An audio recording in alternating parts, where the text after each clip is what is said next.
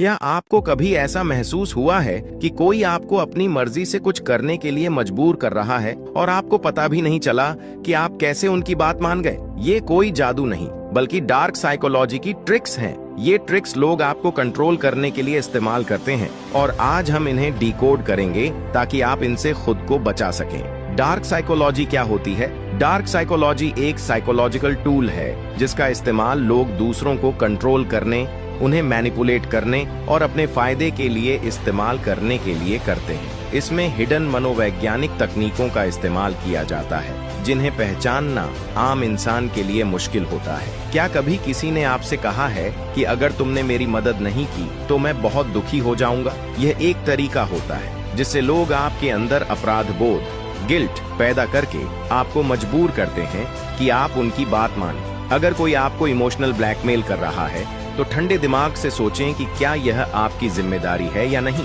बिना गिल्ट के अपनी सीमा तय करें। जब कोई बार बार आपको यह यकीन दिलाने की कोशिश करता है कि आपकी सोच या यादें गलत हैं, तो इसे गैसलाइटिंग कहते हैं। अगर किसी ने आपको गुस्से में कुछ बुरा कहा और बाद में बोले कि मैंने ऐसा कुछ नहीं कहा, तुम तो गलत समझ रहे हो, तो यह गैसलाइटिंग है। अपनी सच्चाई पर भरोसा करें और सबूत रखें, जैसे कि बातचीत के टेक्स्ट मैसेज या नोट्स। जब कोई जानबूझकर आपको इग्नोर करता है या बात नहीं करता ताकि आप परेशान होकर खुद उनसे बात करें और उनकी शर्तों पर आ जाएं, तो इसे साइलेंस ट्रीटमेंट कहते हैं। अगर कोई बार बार ऐसा कर रहा है तो उनकी गेम में न फंसें, शांत रहें और अपने आत्मसम्मान को बनाए रखें। जब कोई आपकी पसंद नापसंद को कॉपी करता है ताकि आपको लगे कि आप जैसे ही हैं और आप उन पर जल्दी भरोसा करने लगे।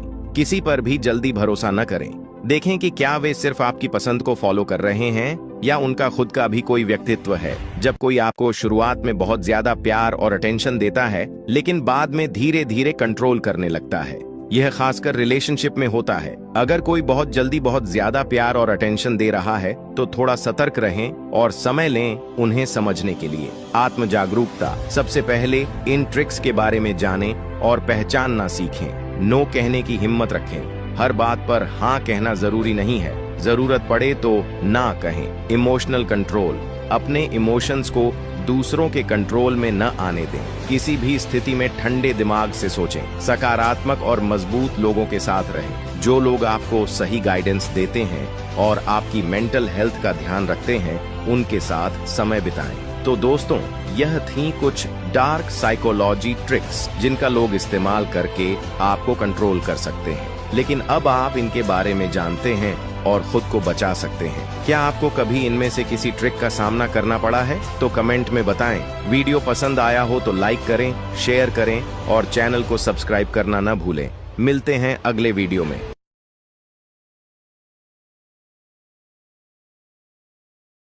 खुद की काबिलियत को पहचानो। गांव के एक छोटे से कस्बे में अमन नाम का एक लड़का रहता था। वह एक मध्यम वर्गीय परिवार से था और बचपन से ही पढ़ाई में औसत था। उसके माता पिता चाहते थे कि वह डॉक्टर बने, लेकिन अमन का मन कभी किताबों में नहीं लगता था। उसे मशीनों से खेलना पसंद था। वह टूटे फूटे रेडियो, घड़ियां और छोटे इलेक्ट्रॉनिक सामान खोलकर देखता और उन्हें सुधारने की कोशिश करता।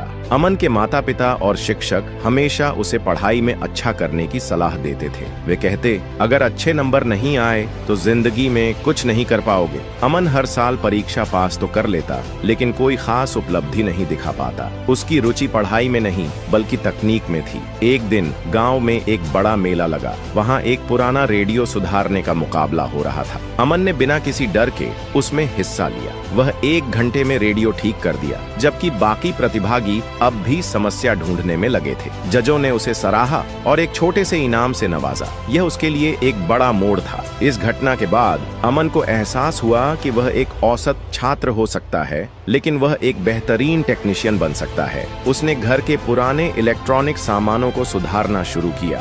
धीरे धीरे गांव के लोग भी उसके पास अपने खराब रेडियो और पंखे लाने लगे, लेकिन उसके माता पिता को यह पसंद नहीं आया। वे चाहते थे कि वह पढ़ाई पर ध्यान दे, लेकिन अमन को अब अपनी काबिलियत पर भरोसा हो चुका था। उसने तय कर लिया कि वह इलेक्ट्रॉनिक्स में ही अपना करियर बनाएगा। कुछ वर्षों वर्षों बाद अमन ने शहर में एक छोटी सी दुकान खोली जहां वह इलेक्ट्रॉनिक उपकरण ठीक करता और नए गैजेट्स बनाता। उसने मोबाइल रिपेयरिंग भी सीख ली और जल्द ही उसकी दुकान मशहूर हो गई। अब गांव के लोग ही नहीं बल्कि शहर के लोग भी उसके पास आने लगे। एक दिन एक बड़े बिजनेसमैन ने उसकी दुकान देखी और उसे अपने इलेक्ट्रॉनिक्स वर्कशॉप में नौकरी का प्रस्ताव दिया। यह अमन के लिए किसी सपने के सच होने जैसा था। उसने खुद पर भरोसा किया, अपनी काबिलियत को पहचाना और मेहनत के दम पर एक बड़ा मुकाम हासिल किया। इस कहानी से हमें यह सीख मिलती है कि हर इंसान की एक अनोखी काबिलियत होती है। अगर हम दूसरों की अपेक्षाओं में उलझे रहेंगे तो अपनी असली क्षमता को कभी नहीं पहचान पाएंगे।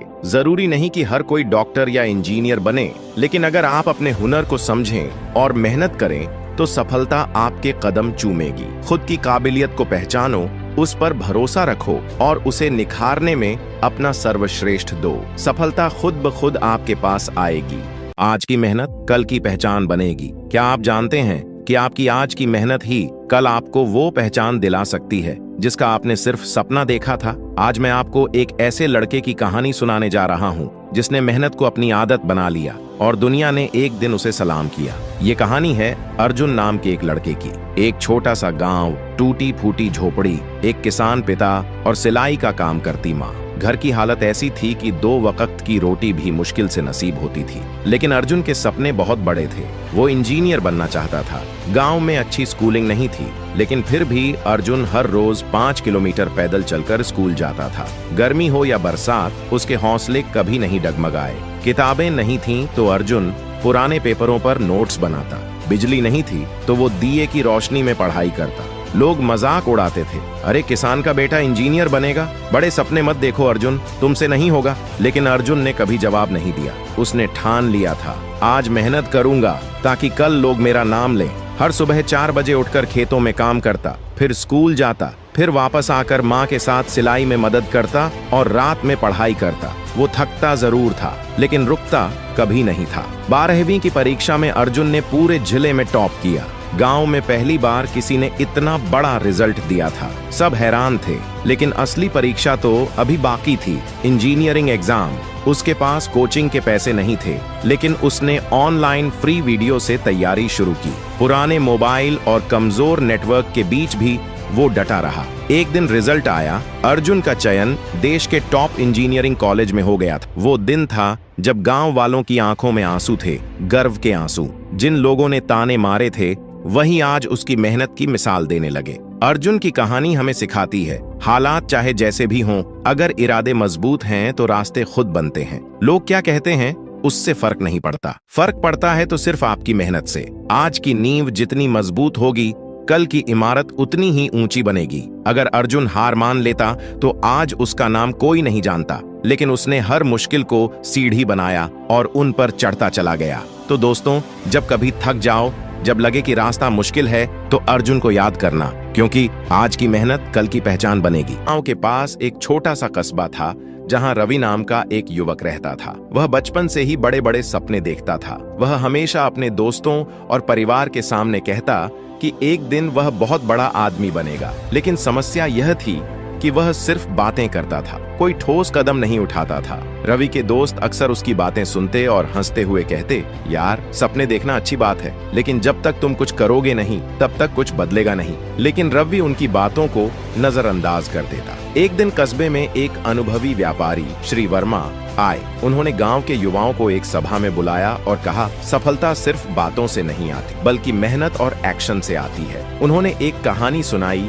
एक राजा के पास 2 मंत्री थे। पहले मंत्री ने हमेशा बड़ी बड़ी बातें की, लेकिन कोई काम नहीं किया। दूसरा मंत्री चुपचाप रहता था, लेकिन जब भी कोई समस्या आती वह तुरंत हल ढूंढकर उसे सुलझा देता। कुछ सालों बाद राजा ने पहले मंत्री को निकाल दिया और दूसरे मंत्री को प्रधानमंत्री बना दिया। यह कहानी सुनकर रवि को एहसास हुआ कि वह भी पहले मंत्री की तरह ही था, बस बोलता था लेकिन करता कुछ नहीं था। रवि ने उसी दिन संकल्प लिया कि वह अब बातें करना बंद करेगा और एक्शन लेना शुरू करेगा। उसने सबसे पहले अपनी दुकान शुरू करने के लिए पैसे बचाने शुरू किए। रोज सुबह जल्दी उठकर नए बिजनेस आइडिया पर काम करता। दूसरों से प्रेरणा लेने के बजाय खुद मेहनत करने लगा। धीरे धीरे उसकी मेहनत रंग लाने लगी। उसकी दुकान कस्बे की सबसे सफल दुकान बन गई। जो लोग पहले उसकी हंसी उड़ाते थे अब उसकी तारीफ करते नहीं थकते थे। रवि की कहानी हमें सिखाती है कि बातें करने से कुछ नहीं बदलता, लेकिन जब हम सच में कदम उठाते हैं तो सफलता निश्चित होती है। अगर आप भी किसी सपने को पूरा करना चाहते हैं तो बोलने से ज्यादा करने पर ध्यान दें, क्योंकि कम बोलें ज्यादा करें ही असली सफलता की कुंजी है।